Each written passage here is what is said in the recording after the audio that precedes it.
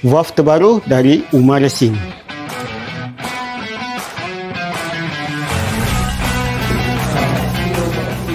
Okay, Assalamualaikum semua. Ini valve terbaru daripada Umar Racing. Umar Racing sekarang keluarkan valve 2 piece dalam one set. Sebelum ni ada 4 piece, tapi kita dah keluarkan baru untuk 2 piece sebab ada yang tanya, bang tak ada yang 2 piece sebab valve exhaust dia patah. Sekarang ni korang boleh cari replacement untuk valve exhaust saja, tak perlu nak beli one set. Untuk valve exhaust kita keluarkan saiz 19, 20 dan 22. Intake pula kita keluarkan saiz 22, 23 dan 25. So mudah kat korang untuk cari replacement valve. So patah tak perlulah nak beli one set terus.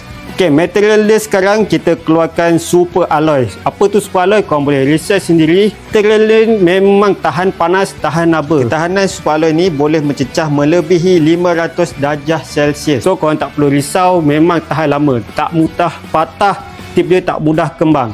Macam mana nak dapatkan? Korang boleh dapatkan dekat dealer kami yang sah ataupun kedai online kami. Jumpa lagi.